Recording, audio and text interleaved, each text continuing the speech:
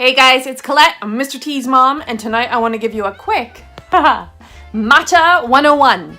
Alright, I'm actually trying to keep the glare out, but I want to leave the overhead light on so you guys can see the color of the matcha. So, it's that. Matcha, if you're like, what the heck is this green stuff that everybody's drinking? It's a powdered green tea.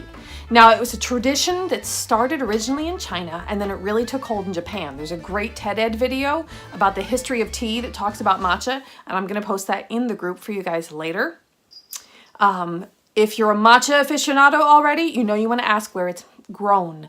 All of our matcha comes from the Nishio province of Japan. So if you know about matcha, you know that that's where you want to get it. It has the ideal growing conditions, soil conditions, climate, yada, yada, yada, all of the good things. The interesting thing about matcha is how it's grown. And this is where we get into the science, which I think is fun. So how they figured this out, I have no idea. But as the matcha reaches maturity, when they get close to harvest time, they start gradually layering shade over the plants. That makes the plant works harder to get sunlight, and it actually changes the shape of the leaf, and it increases the chlorophyll in the plant. That's where the matcha gets its really bright green color from.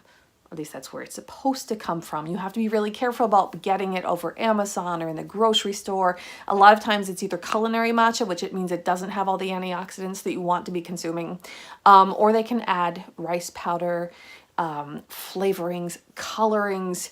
You really have to be careful. There aren't a lot of regulations about how it's graded. Matcha grading, if you've ever been to the rum plantations, where they show you the different grades of rum, it's similar. It's just a bunch of guys. In my mind, it's like 5 little old men wandering around, but it's just a panel of people. And they're like, that one, that's the best one this year. So now you can actually buy ceremonial matcha, which we have. And I'm going to show you the difference. So this is your ceremonial. I have to get it in the light.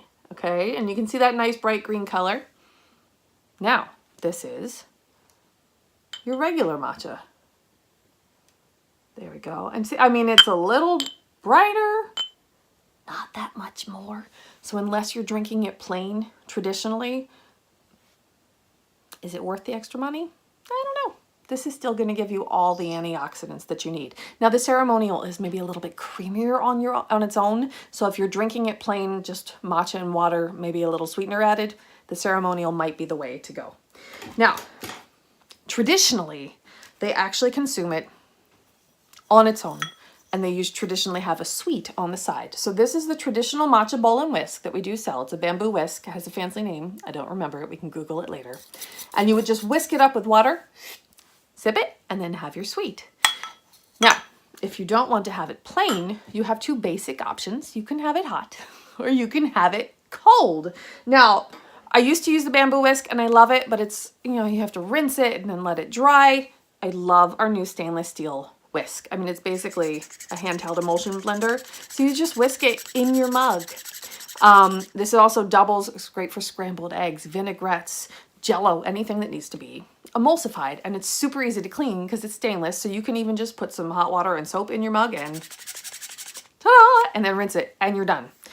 That's hot. If you want to have it cold, you can throw it in a smoothie, you can stir it into yogurt, you can stir it into your oatmeal, or we have our new big sip.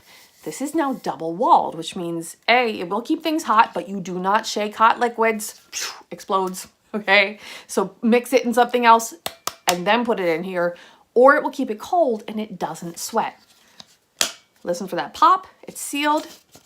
It has a built-in agitator that unscrews, so it's easy to clean.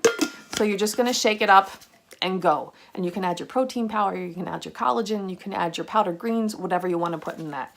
And like I said, smoothies too. And maybe tomorrow we'll do a nice little matcha smoothie so you can get some examples. I'll put some recipes up.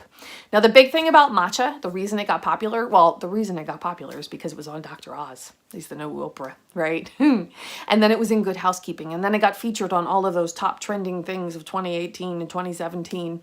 Okay. 1 serving of matcha, which is half of a teaspoon, is the equivalent of about 19 cups of green tea. Now it is more caffeine, but it's still not as much caffeine as what's in coffee. And the big difference between matcha and coffee is that it's released differently in your system. coffee. The caffeine in coffee will actually leach the magnesium from your system. It gives you that feeling, right? And it can give you the jitters, and it can give you heart palpitations, and it can give you digestive issues.